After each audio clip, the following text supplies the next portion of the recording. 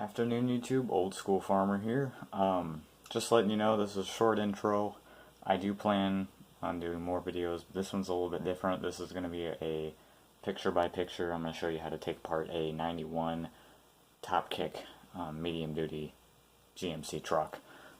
Couldn't find anything else on the anything else about them on the internet, and the book doesn't tell you anything. So, well, even the service manual doesn't tell you anything. Now I'm going to start off by telling you these are some pretty tight spaces. Now let me just start off by saying that the service manual for this thing is completely wrong. It said that there was 7 bolts to take it out, and that was wrong. So to start off, you're going to want to start by removing the glove box using these 4 bolts, removes the actual internal part. Next, you're going to want to remove the cables that hold it on using a flat blade screwdriver. Just pry them out nice and easy without ripping them.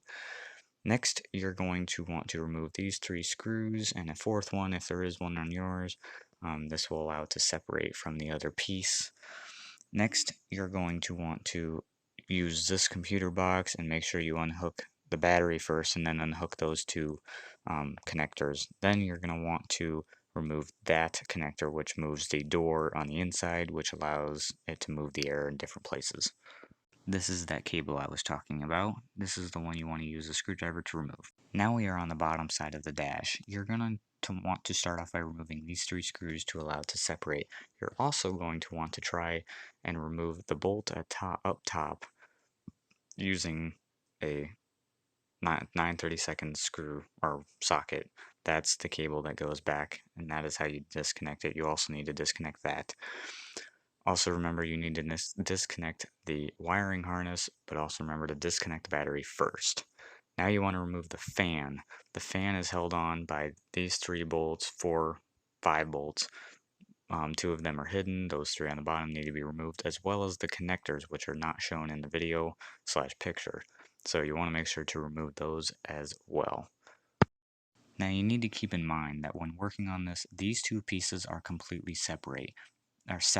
They separate in the middle, so do not try to pry them together. Now we are standing above the engine bay on the passenger side of the truck. Right here is the washer fluid tank, windshield washer wiper fluid tank, and pretty soon we will be doing something with that.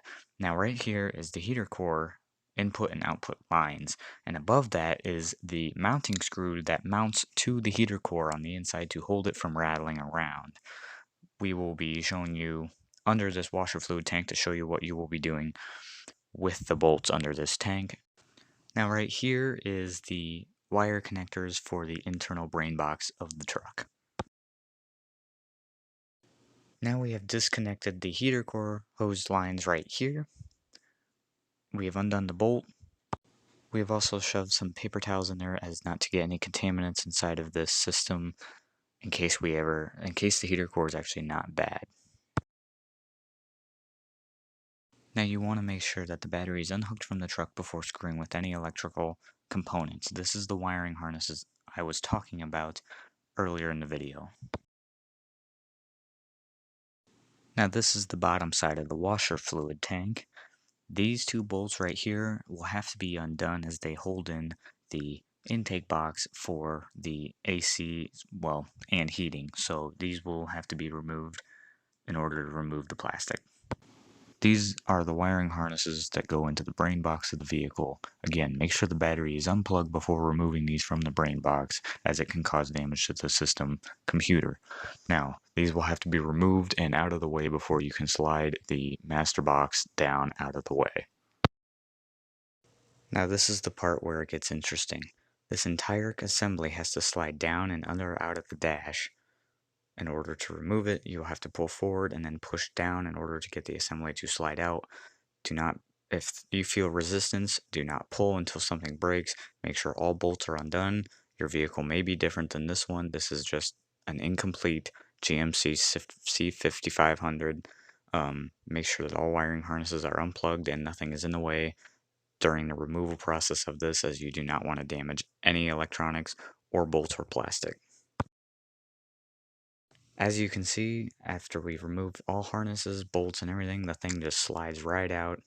We did fight a little bit, but only a little bit of tugging and some swear words, and it came out. Now from this point on, you must do what you have to do, replace the core, replace vents, whatever you want to do. You also need to do some cleanup, because you can see here and here and here, the core and stuff has gotten in there and it's made dirt, so we're going to clean that. And from this point on, it is all your decision with what you do, and just do the reverse order to reinstall it.